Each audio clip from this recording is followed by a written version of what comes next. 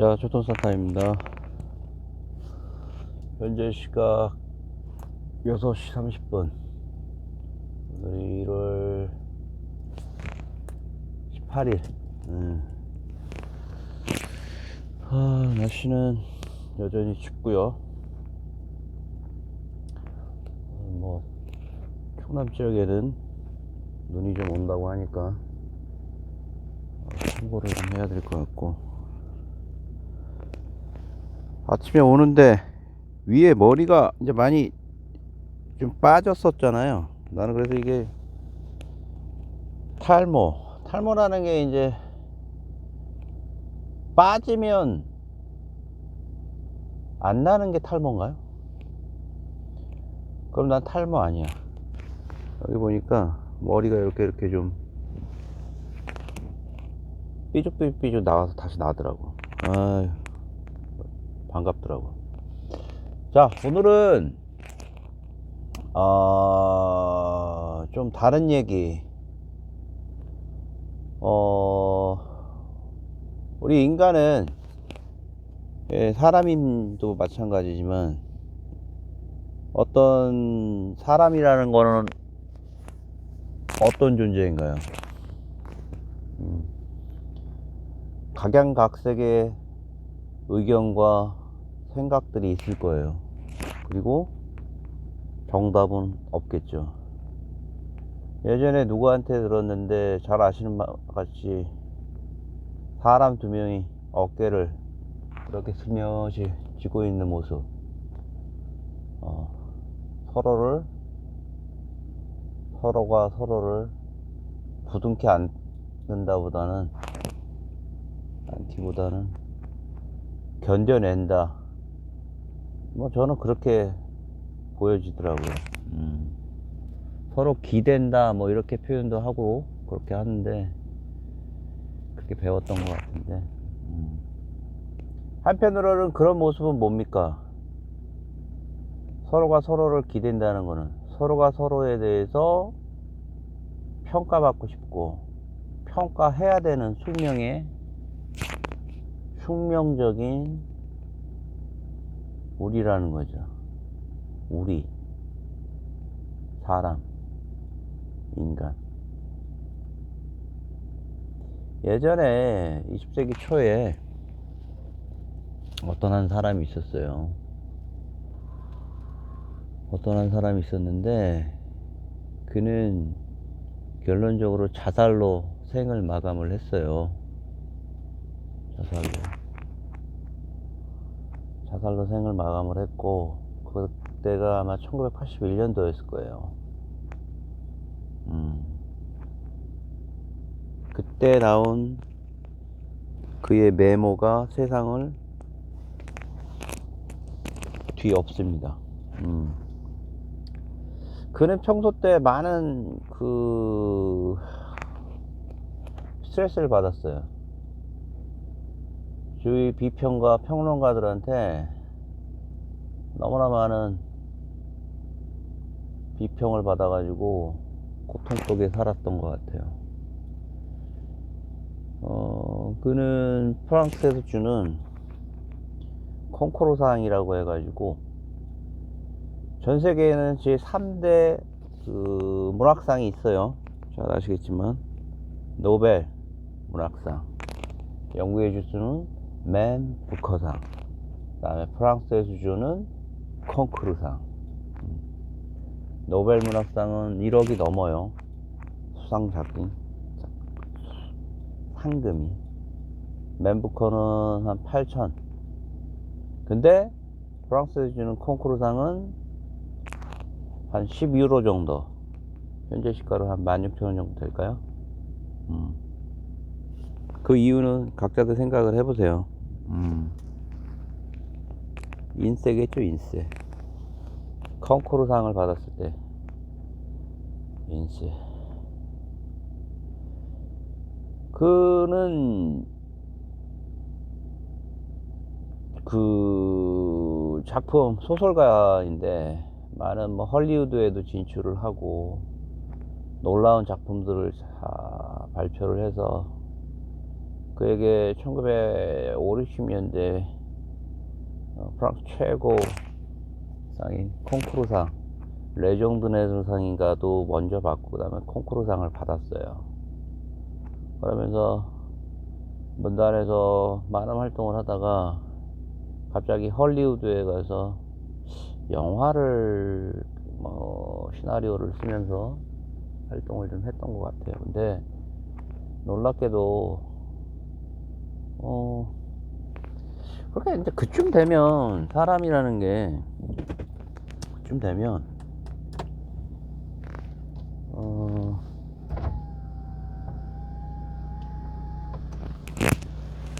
주위에 신경을 쓰지 않아도 되지 않나요? 어떻게들 생각하세요? 아니 콩쿠르상을 타고 그리고 인세도 만만치 않았을 거고, 응? 그러면 교단에서 강단에서 강의를 하면서 학생들에게 자신의 인생과 철학을 논하는 게 더 낫지 않았을까요? 네. 근데 그는 끝까지 평론가의 귀에 기울였던 것 같아요. 귀를. 평론가의 귀를 기울였던 것 같아요. 어느 날 근데 말년이었을 거예요. 말년 정도에 어떤 기자들이 와서, 아니 어떤 젊은이가 있는데 귀하의 작품하고 상당히 비슷하다. 이 친구가 말이죠, 선생님 작품을 좀 모방을 많이 하는 것 같습니다 라고 막 이렇게 좀 귀뜸을 해주고, 그럼과 동시에 이제 작품도 상당히 재밌고 인기를 끕니다 라고 이제 툭툭툭 찌르는 거죠. 옆에다가 툭툭 찌릅니다. 근데 놀랍게도 이분은 자기야 영광이 아니겠느냐 이거지. 자기 신경 안 쓴다. 젊은이가 그러니까 자신의 문체를 모방을 한다는 게 과연 또 어떤 의미인지는 잘 모르겠어요. 문체를 모방한다. 그게 기분 나빠할 일인가? 그래서 그도 그 젊은이에 대해서 특별한 얘기를 안 했어요. 반면에 자신은 계속 그 문단에서 나락으로 떨어지는 어떤 평가를 받으면서 괴로워합니다. 괴로워해요. 그리고 인권운동에 잘못 참여를 해서 여러 조사도 받고, 미국이겠죠. 흑인 인권운동에도 참여를 했고, 그러던 찰나에 자기 부인이 이제 79년도에 또 자살을 하고, 이런 말씀을 드리고 싶어요. 그 기피의 강요라는 책이 있어요. 기피의 강요. 기피의 강요는 한 6쪽 되는 짧은 단편이에요. 근데 이 책은 우리 인간들이 어떤 주의 시선을 너무 인식했을 때 오는 어떤 파멸적인 결과를 그려내는 한 여성 화가의 그림을, 여성 화가의 인생을 표현합니다. 어느 날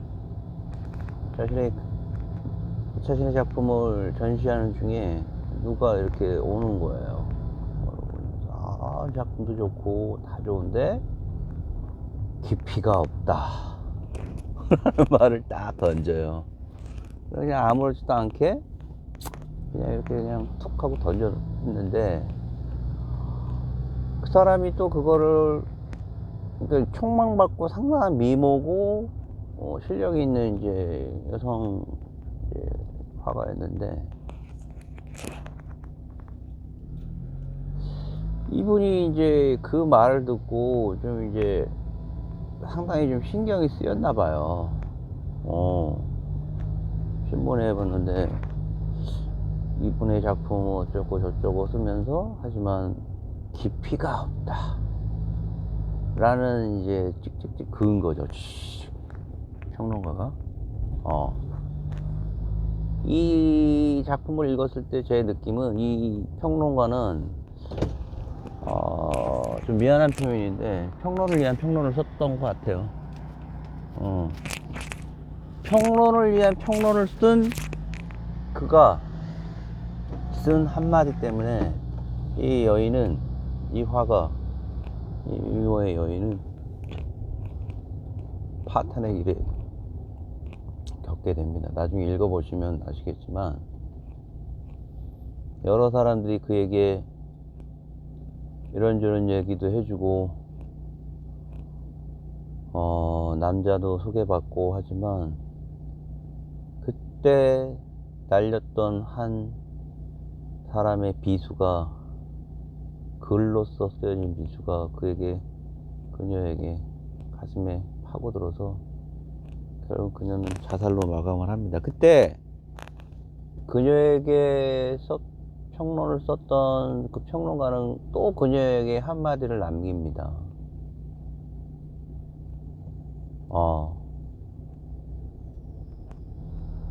그 반전이 있어요.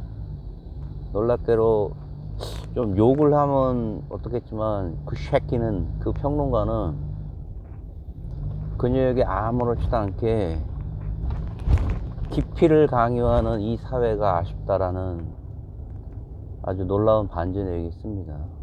무책임한 얘기를 한 거죠. 무책임한 얘기를. 자, 우리가 살면서 이런 얘기와 평가를 받아요. 우리는 어제도, 오늘도, 또 내일도, 예전에도 평가를 받았어요. 근데 이 여리화가처럼 그 평론가의 얘기를 마음에 두고 그걸 지속적으로 신경을 쓴 게 의미가 있었을까요? 과연? 그리고 나중에 이 평론가는 무책임하게 직업적인 자신의 그 필체를 통해서 또 한 번 그녀를 죽인 거죠. 깊이를 강요하는 사회가 아쉽다. 이런,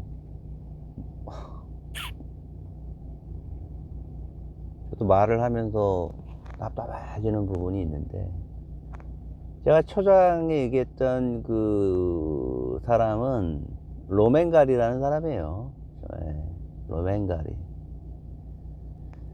로맨가리라는 사람이 자신의 작품을 쓰고 평단의 평가를 받고, 또 콩쿠르상을 받는 작품도 있었지만, 또 문단에 상당히 평을 받으면서도 살아남다가 그 주위에, 제 생각엔 시선에 못 견디고, 그래서 이 사람은 영리하게도 다음과 같은 시도를 합니다. 죽기 전에 그 메모를 남기는데, 뭐라고 메모를 남기냐면, 그 젊은 작가라고 하는 에밀 아자르 있지 않습니까? 에밀 아자르가 지난 1970, 80년대 작품을 쓰면서 그 작가의 작품에 대한 자신과의 연관성을 캐묻는 사람들이 많았고, 거기에 대한 평가를 내렸었고, 자기는 노코멘트를 했지만, 그 젊은 작가 에밀 아자르가 결국은 콩쿠르상을 또 그 사람은 받잖아요. 자기가 어떤 식으로는, 형식적으로는 같은 그 문단의 지위를 갖는 거죠. 근데 놀랍게도 그 권총사살을 한 1981년도에 그가 남긴 주의 유고를 보니까, 그 젊은 작가 에밀 아자르가 쓴 뭐죠? 남은 생, 그 유명한 그 작품에 작가는 바로 본인이다. 예. 에밀 아자르가 그렇게 뭐 평당과 비평가들은 막 뒤집어졌죠. 그리고 그 콩쿠르상을는 원래 생애 딱 한 번만 주게 돼 있어요. 맨 부커도 마찬가지고 노벨 문학상도 마찬가지고.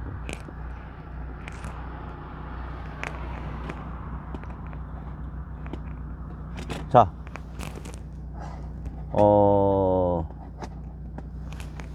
특정인에 대한 평가가 우리에게 어떤 의미를 갖는지를, 또 우리가 어떻게 받아들여야 되는지를 우리 한번 생각을 해봐야 돼요.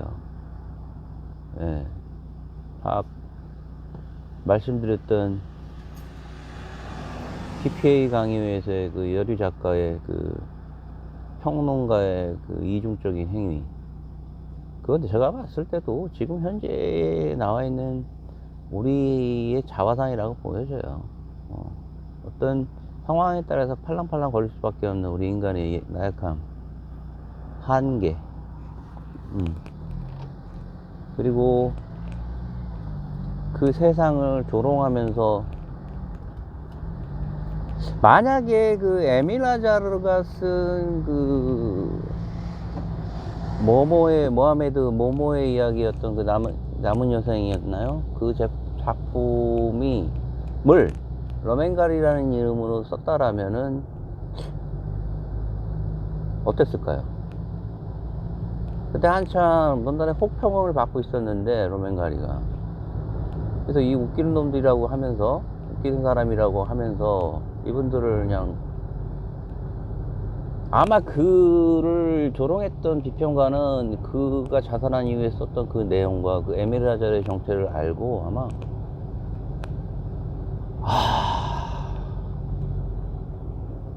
깊은 한숨과 고뇌를 했을 거예요. 깊은 한숨과 고뇌.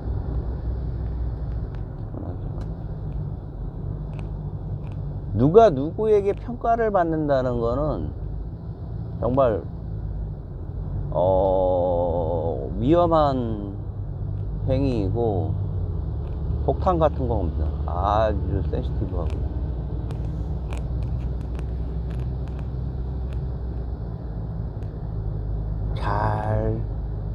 잘 받아들여야 된다는 거죠. 마스이에 마사시가 쓴 그 여름밤에, 한여름의 그 별장에서의 로맨스와 그 전문성 있는 어떤 삶들 속에서 일어나는,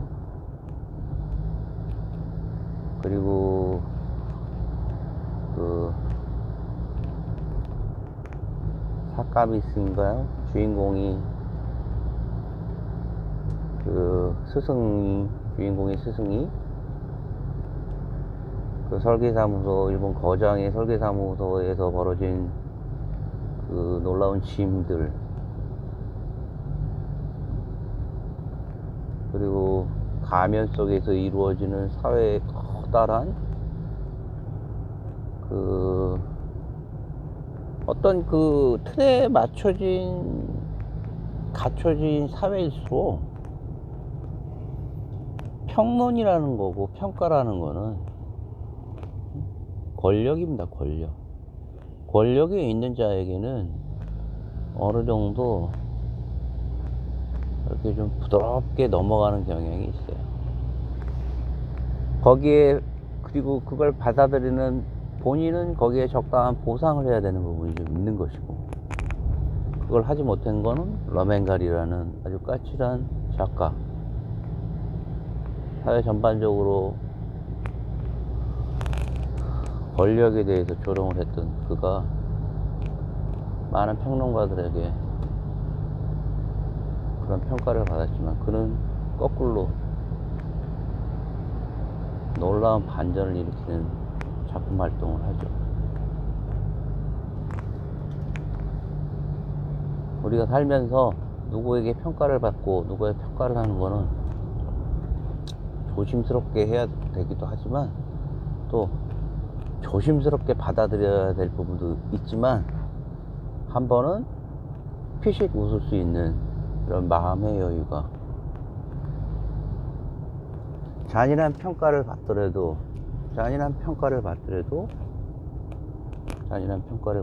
그것을